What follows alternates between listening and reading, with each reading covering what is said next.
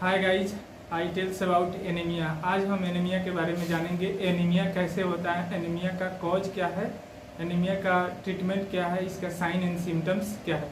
आइए जानते हैं फर्स्ट ऑफ ऑल एनीमिया कैसे होता है, इसको कैसे हम पहचान सकते हैं जो पेशेंट में एनीमिया है और इसको ट्रीटमेंट कैसे कर सकते हैं। एनीमिया को सिंपल शब्दों में समझा जाए तो इसका अर्थ होता है रक्त अल्पता यानी रक्तहीनता। इसके नाम से ही स्पष्ट हो जाता है जिस पेशेंट में रक्त की कमी हो उस पेशेंट को एनीमिक पेशेंट कहा जाता है। एनीमिया होने का बहुत सारा कॉज हो सकता है, बहुत सारा इसका साइन एंड सिम्टम्स हो सकता है। कॉज में जानते हैं कि जब हमारे बॉडी में आयरन और हीमोग्लोबिन की डिफिशियंसी हो जाती है जिसके कारण ब्लड का फॉर्मेशन कम होने लगता है और B12 का भी कमी के कारण जिससे पेशेंट एनीमिक हो जाते हैं। एनीमिया का टाइप भी जान सकते हैं। एनीमिया कितने टाइप का होता है, दो प्रकार का एनीमिया होता है। एक एनीमिया होता है आयरन डिफिशियंसी एनीमिया, एक होता है pernicious anaemia. Iron deficiency anaemia होता है, इसमें आयरन की कमी से ही पेशेंट को ये एनीमिया होता है।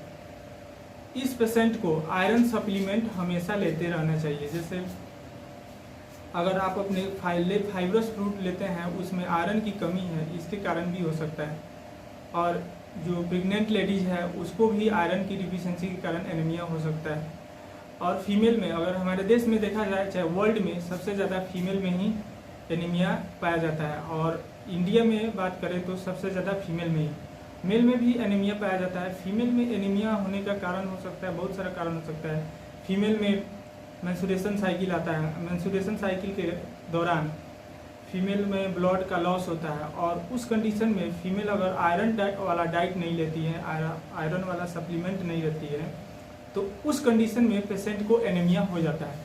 तो एनीमिया को ट्रीट करने के लिए हमको आयरन कंटेंट वाला फूड लेना चाहिए, जैसे कि केला लें, बीट लें, इसके अलावा चुकंदर लें, आलमंड लें, उसके अलावा ब्रोकली आता है, बहुत सारा फ्रूट होता है जिसमें आयरन ज़्यादा होता है।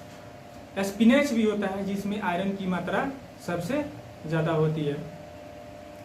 ये तो हो गया आयरन डिफिशियंसी एनीमिया। दूसरा होता है एक पर्नीशियस एनीमिया। पर्नीशियस एनीमिया जो होता है विटामिन B12 के कमी के कारण हो सकता है, होता है जिसमें हीमोग्लोबिन ब्लड में 3 से 4 मिलीग्राम रहता है और जो होता है RBC का लेवल धीरे धीरे घटने लगता है। इसके कारण ये पर्नीशियस एनीमिया होता है। अब इसको कैसे पहचान सकते हैं कि ये पेशेंट एनीमिक है या नॉन एनीमिक है। एनीमिक पेशेंट होता है उसका नेल जो होता है ड्राई होने लगता है, उसका चेहरा और स्किन जो होता है येलो होने लगेगा। इस कंडीशन में एनीमिया होता है। एनीमिया वाले पेशेंट में हार्ट रेट बढ़ जाता है, टैकीफोनिया होगा, हाइड्रोफोनिया होगा। इस कंडीशन में एनीमिया होता है। इसके अलावा पेशेंट को जो होता है मसूड़ों में सूजन होने लगता है यानी जिंगिवाइटिस कहते हैं। इसके अलावा पेशेंट का पैर में सूजन होने लगता है यानी उसका पेशेंट ज़्यादा अनकंफर्टेबल फील करेगा। उस कंडीशन में हमें ध्यान देना चाहिए पेशेंट को।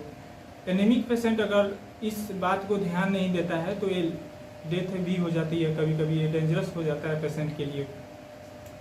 पैर सून होने लगता है एनीमिया वाले पेशेंट में। जब ब्लड का कमी होगा तो पैर उसका झिनझिनाने लगता है। इस कंडीशन में हम उस पेशेंट को ध्यान देना चाहिए।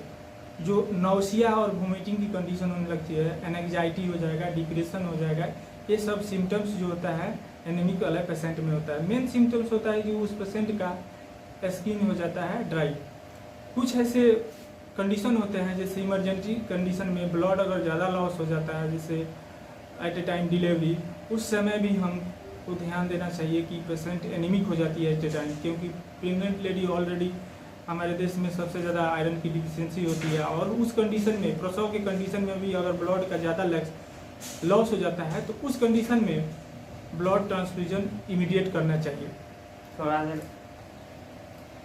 पेशेंट को हम क्या अब एडवाइस कर सकते हैं एनीमिक वाला पेशेंट के। एनीमिक वाले पेशेंट को एडवाइस में उसको दे सकते हैं कि रेगुलर उसको एक्सरसाइज करना चाहिए, खुली हवा में घूमना चाहिए। इसके अलावा एनीमिक वाले पेशेंट को कंप्लीट बेड रेस्ट लेना चाहिए। यदि एनीमिक वाला पेशेंट ज़्यादा सीरियस है तो उसको ब्लड ट्रांसफ्यूजन किया जाता है यानी उस पेशेंट को ब्लड भी देना पड़ता है।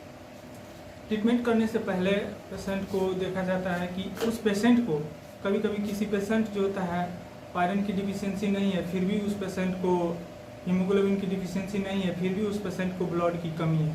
इस कंडीशन में देखा जाता है कि उसके पेट में वर्म हो जाता है, टेप वर्म जो होता है, वर्मी साइड ज़्यादा हो जाता है। वर्म की बढ़ने के कंडीशन से ही उस पेशेंट का जितने भी फूड न्यूट्रिएंट होता है वो वर्म ही अवशोषित कर लेता है, जिसके कारण उस पेशेंट को ब्लड फॉर्मेशन सही से नहीं हो पाता है, जो एनीमिक हो जाता है। उस कंडीशन में डिवर्मिंग करने के लिए एल्बेंडाजोल ले सकते हैं, इसका सिरप भी आता है।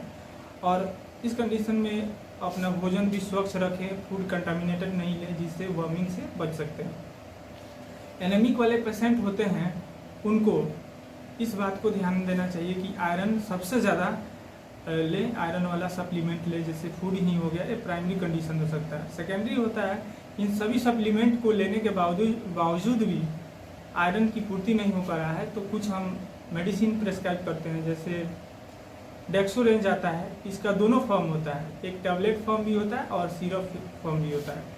तो कोई भी पेशेंट एक ही टैबलेट ले, या तो सिरप ले रहा है तो टैबलेट नहीं ले, और टैबलेट ले रहा है तो सिरप नहीं ले।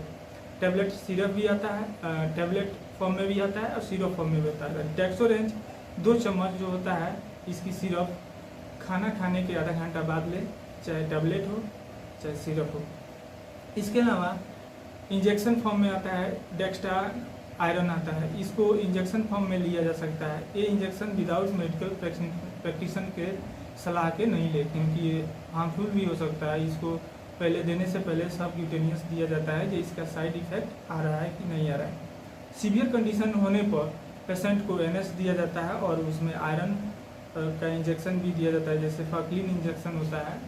500 ml अगर NS लेते हैं तो उसमें हम फैक्लिन इंजेक्शन जो होता है आयरन वाला, उसको मिला देते हैं, जिससे पेशेंट को रिवाइव होने में आसानी हो जाती है।